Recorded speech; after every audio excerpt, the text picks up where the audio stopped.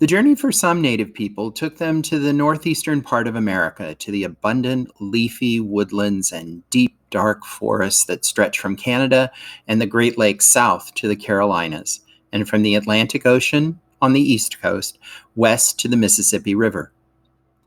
This was a time before Europeans came and made their mark upon the land. This was a time when some native peoples made the forest their home and lived in long-term balance with their environment. Unlike in the Southwest, rain fell, as it still does, more frequently upon most of the land. The native people of this region didn't believe there was a need to call upon the assistance of gods for rain to soak the earth and make the crops grow. And just as today in this region of the eastern woodlands, each season brought with it a different climate and a changing earth. The same freshwater rivers and lakes, the same imposing mountains and forests color the landscape today as they did back then. As you've already learned, some of the earliest people to settle across this region were the mound builders, whose culture lasted for thousands of years. They spread out from the Mississippi River and lived in the surrounding land, hunting in the forests and utilizing the abundant natural resources available to them. The people who settled in this area are known as the Eastern Woodland Indians. After hundreds of years of nomadic existence, other groups of people, bound by family connections, formed themselves into tribes. In fact, the Eastern Woodland Indians were made up of numerous tribes. Some of these tribes included the Iroquois, the Mohican, and the Powhatan. Over time, these tribes established their own cultural identities, which include a range of languages spoken throughout this large area. The Eastern Woodland Indians often interacted with each other. Sometimes their interactions were peaceful, at other times they were not. These tribes relied on the land for their very existence. They guarded their villages, their hunting lands, their crops, and their settlements from invasion by neighboring tribes. Some scientists believe that wars may have been the result of an era around 500 to 1,000 years ago when the climate changed considerably. A harsh mini ice age swept across the world. This occurred thousands and thousands of years after many scientists think the Beringia crossing took place. During this time, when food was scarce and it was difficult to survive, tribal wars broke out and brought about the deaths of many young warriors and the destruction of tribal villages. Finally, in search of peace, these tribes joined together to form the Iroquois nation, also called the Iroquois Confederacy. As they negotiated or discussed how they would live peacefully together, they often smoked a peace pipe. As you've also heard, the Iroquois didn't call themselves by this. They called themselves Haudenosaunee, or people of the Longhouse. The Iroquois people were actually 5 separate tribes: the Mohawk, the Oneida, the Onondaga, the Seneca, and the Cayuga, that inhabited a particular part of the eastern woodland region. They lived largely in what is now New York and Ohio. Once a year, sachems, or chiefs from each of the tribes, who were always men but always chosen by women, would meet in a council to make new laws and deal with any new problems that arose. As with all native peoples, the landscape helped shape the Iroquois culture. It greatly influenced what kind of houses they built, what clothes they wore, what food they ate, how they traveled, what weapons they had, what tools they used, what gods they worshipped, and even what language they spoke. A typical home for many Eastern Woodland Indians depended more on climate and available resources than anything else. The 3 most familiar kinds of homes across the Northeast region were the longhouse, the wigwam, and a round-roofed clay and pole structure. Because the winter months were generally cold, with deep snow covering much of the ground, many Eastern Woodland Indians, including the Iroquois, constructed wigwams and longhouses. Wigwams were rounded structures that looked similar to wooden igloos and were homes in which individual families lived.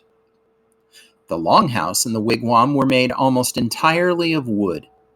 In the colder regions of the north, especially around the Great Lakes, native people constructed wigwams that could be easily dismantled so that the tribe could, for part of the year, live a nomadic life. During this time of the year, they followed the herds they hunted for their survival. To build a wigwam, young trees were cut down and bent over to form a round frame. Tree bark was placed over the frame. Grasses were then added to help insulate the home. A small hole in the roof allowed smoke from the fire inside the home to escape. The family cooked their food on an open fire and slept on mats. In the wintertime, they used animal furs to keep themselves warm. Longhouses were much larger than wigwams and were home to several families that were related to each other. The Iroquois considered themselves to be related to each other through the mothers in the family. This extended family group was called a clan, and each clan had an animal name. When a young couple married, they went to live with the bride's family. Some longhouses ranged in size from 50 feet to 150 feet long and housed as many as 50 people. To construct a longhouse, once again, a frame was made using young trees. Bark was placed over the frame and then it was sewn together. The longhouse had a large central hallway with rooms on either side. The family members slept on sleeping platforms. Some Iroquois still build longhouses today for ceremonies. Just like other tribes, the Iroquois made baskets and pots in which to store food. The Iroquois grew different varieties of corn and beans. They also grew squash, sunflowers, and tobacco. They cleared the land of trees and shrubs and planted their crops. Corn, beans, and squash were particularly important crops, and the Iroquois referred to them as the Three Sisters. Like members of a family, the three plants helped each other grow. By planting these three plants together, the Iroquois relied on the natural relationship among these plants. The corn stalks provided a support for the bean plants, which would wind up around the corn stalks. The squash leaves that lay on the ground prevented weeds and increased the amount of rainwater that was absorbed into the soil. Also, the bean plants produced a natural bacteria that made the soil more fertile for the corn and the squash plants. In the wintertime, when food was scarce, many Iroquois left their villages to hunt. They moved with the herds and often didn't return to their villages until early spring. The Iroquois hunted deer using bow and arrows. Young boys cloaked themselves in deerskin as they stealthily crept through the forest in pursuit of their prey. They also hunted smaller mammals, setting traps to catch them. In addition, the Iroquois fished and gathered berries and tapped the trees to get maple syrup. Yes, the Iroquois had a sweet tooth too. Like many other tribes, the Iroquois lived near water. Water was a source of life, and it provided a means of transportation. The Iroquois traveled in dugout canoes, and they fished using nets and traps. Depending on the weather, the Iroquois wore a range of clothing. In the summer, the men wore a breechcloth, which was a short piece of buckskin. Women wore dresses made of grass fibers. In the wintertime, everyone relied on animal furs to keep warm. Men also wore buckskin moccasins on their feet. They used dyes, beads, and quills to decorate their clothes as well as their skin. Very important to the Iroquois was something called wampum. Wampum was an artistic way of communicating important thoughts and decisions. Wampum was belts and necklaces made from colored shells. The color and design of the beads could tell a story, or they could be a symbolic means of communication. Wampum could also be used when trading. It was therefore kind of like a currency. Wampum was considered to be very valuable and was an important part of Iroquois culture. The Iroquois, like many other eastern woodland Indians, believed in a spirit world that was governed by the Great Spirit. For the Iroquois, that Great Spirit was called Arenda. They also believed in an evil spirit, too. The Iroquois believed that everything had a spirit and that all living things on earth were connected. They believed that it was their responsibility to care for the earth.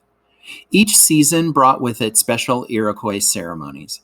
The Iroquois had shamans, or holy men. It was believed that shamans could communicate with the spirit world. Shamans were thought to have special powers to do such things as cure the sick, bring about a good harvest, or bring victory to a tribe during a war. And so the Iroquois, as well as other eastern woodland Indians, lived out their lives in this way.